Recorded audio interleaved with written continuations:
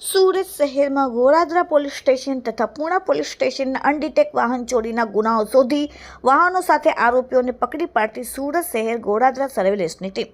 Surat police commissioner Anupamsinh ગેહલોતના આદેશ મુજબ સમગ્ર સુરત શહેરમાંથી મિલકત સંબંધી ચોરીના વણશોધાયેલા ગુનાઓ અને આરોપીઓને પકડવા માટે સૂચના આપેલ હતી. જે સૂચનાને આધારે ગોરાદરા પોલીસ સ્ટેશનના ઇન્સ્પેક્ટર S.H. આચાર્ય સાહેબના આદેશ મુજબ સર્વેલન્સ સ્ટાફના માણસો જ્યારે ગોરાદરા વિસ્તારમાં પેટ્રોલિંગમાં હતા ત્યારે અંગત વિશ્વાસુ બાતમીના આધારે આરોપી એક નિલેશભાઈ જોધાભાઈ હડિયા, ધંધો ઓટો ગેરેજનો અને રહેવાસી વાસ્તુવિલા સોસાયટી ગોરાદરા, 2 વિપુલ બટકુભાઈ સિસારા, ધંધો સાદીમાં જોબ વર્ક અને સુમન શ્રુતિ આવાસ ગોરાદરા રહેવાસી, 3 હિતેશ લાડુમોર, ધંધો હીરામાં મજૂરી કામ અને રહેવાસી વાસ્તુવિલા સોસાયટી ગોરાદરા વાળાને પોલીસે 4 વાહન ચોરીની ગાડીઓ સાથે પકડી પાડવામાં આવેલ છે. ગોરાદરા પોલીસે પૂણા પોલીસના 2 અને ગોરાદરા પોલીસનો 1 ગુનાનો ભેદ ઉકેલી કાઢ્યો. આ સાથે રિકવર કરેલ માલ હીરો હોન્ડા કંપનીના કાળા કલરની એક્ટિવા મોપેડ ₹70,000ની, હીરો કંપનીની સ્પ્લેન્ડર બ્લુ ગુલાબી પટ્ટાવાળી કાલા કલરની ગાડી જેની કિંમત ₹30,000, હોન્ડા કંપનીની ગ્રે કલરની એક્ટિવા મોપેડ જેની કિંમત ₹40,000 અને હોન્ડાઈ મોટરસાઇકલ જેની કિંમત ₹50,000ની એમ કુલ 4 ગાડીઓ રિકવર કરેલ છે. આ સાથે આ આરોપીઓ લોક લગાવેલ ના હોય તેવી મોપેડ યા મોટરસાઇકલને આરોપીઓ પોતાની મોટરસાઇકલથી ધક્કો મારી ચોરી કરી દેવત ગામ ચીકુવાડી પાસે આવેલ એક ફરતી દિવાલવાળી ખુલ્લા દરવાજાવાળા પ્લોટમાં બિનવારસી હાલતમાં મૂકી રાખેલ હતા. Bureau report, daily India TV, Surat.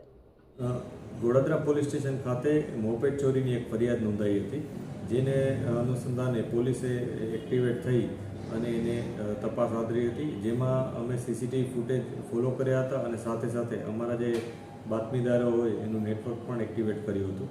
અમને છેલ્લે સફળતા મળી હતી કે જેમાં અમને જાણવા મળ્યું હતું કે 3 વ્યક્તિઓ આ ચોરીમાં સામેલ છે.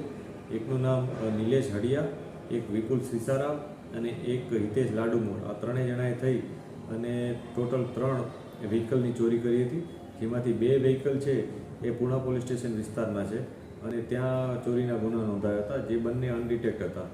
ત્યારબાદ એક જે ગોરાદરામાં ચોરીનો ગુનો નોંધાયો હતો એ પણ ડિટેક્ટ થયું છે. પોલીસે આ 3 બાઇક્સ રિકવર કર્યા છે. આ ટોટલ બાઇક્સની કિંમત 1,70,000ની આસપાસ થાય છે. આની સાથે સાથે પોલીસે એક અન્ય વ્હીકલ પણ રિકવર કર્યું છે કે જે વ્હીકલ આ લોકોએ ચોરીના ગુનામાં કામમાં લીધેલ હતું. આ વ્હીકલ હોન્ડા શ્રાઇન છે, એની કિંમત 40,000 છે, એની કિંમત 50,000 છે અને ટોટલ આવી રીતના મુદ્દામાલ પોલીસે રિકવર કર્યો છે. આ લોકોએ અન્ય કયા ગુનામાં સંડોવાયેલ છે કે નહીં એ પણ અમે તપાસ કરી રહ્યા છીએ.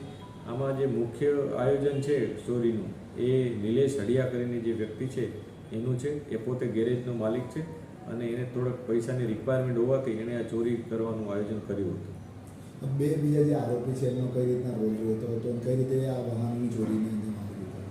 આરોપીઓ અંધારાના સમયમાં વિસ્તારમાં ફરતા રહેતા હતા અને પછી જે જગ્યાએ એમને કોઈ વ્હીકલ એવું દેખાય કે જેમાં લોક ન હોય તો એ વ્હીકલને એ લોકો બંને જણા થઈ અને દોરી જતા હતા અને દોરી જઈને આગળ દેવત ગામ ખાતે એક પ્લોટ છે, જે બાંધકામ ત્યાં થયેલું નથી પરંતુ દિવાલ વાળેલી છે.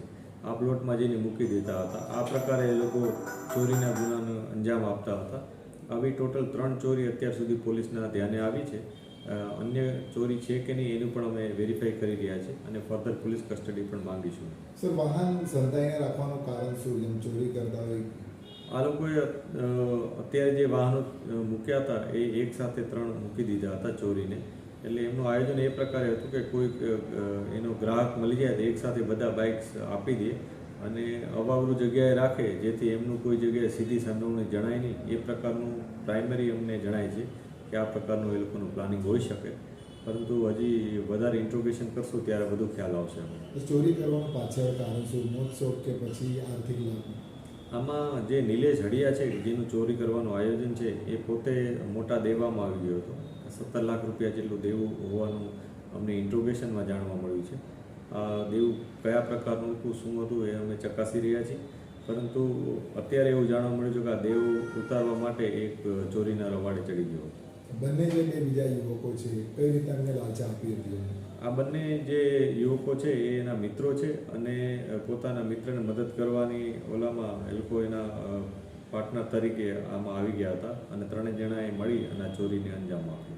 ત્રણેય આરોપીઓ પર અગાઉ કોઈ ભૂતકાળમાં કોઈ ગુના ઇતિહાસ? અત્યાર સુધી એવી કોઈ બાબત જાણવા નથી મળી કે ત્રણેય જણા અન્ય કોઈ ગુનામાં ભૂતકાળમાં પણ સંડોવાયેલા હોય, સિવાય કે આ ત્રણ જે અનડિટેક્ટ ગુના ડિટેક્ટ થયા છે એ છતાં અમે તપાસ કરી રહ્યા છીએ કે કોઈ જગ્યાએ અગાઉ પણ વ્હીકલ ચોરી થઈ હોય અને ત્યાં આ લોકોની સંડોવણી હોય છે કે નહીં એ પણ અમે તપાસી રહ્યા છીએ.